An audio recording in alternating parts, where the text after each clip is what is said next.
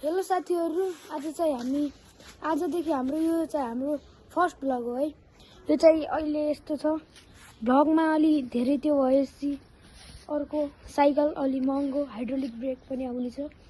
यही साइकलबाट हामीले व्हीली सिक्दै छौं। यो चाहिँ हामी कहाँ दोगरेतिर हो। मेरो साथी चाहिँ सम्यो घाइ गरिदिएको साथी।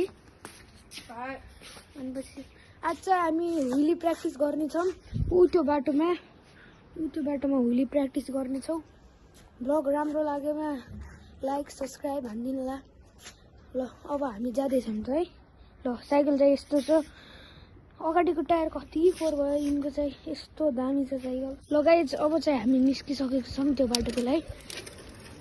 आज चाहिँ एउटा हात समातेको छु, अब चाहिँ टक्क मजाले हाई हेलो गर्दै हिँड्ने हो। अनि चाहिँ अब हामी चाहिँ जाँदैछौँ। यहाँ अटो कस्तो अटो भन्दा यहाँ कार जाँदैछु। आज चाहिँ हामी साइकल राइडमा यतातिर व्हीली हान्दैछौँ।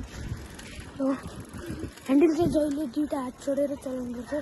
अब चाहिँ व्हीली हान्ने। गाइज हामी साथीले व्हीली हान्दैछन्।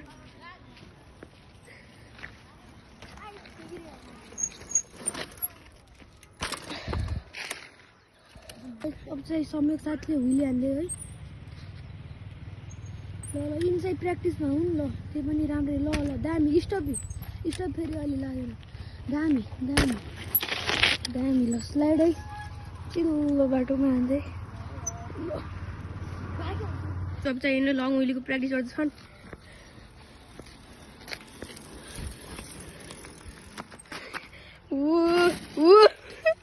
हाम्रो गाइज हाम्रो साथी नालाम जाकिन लगाइसकेका थिएन।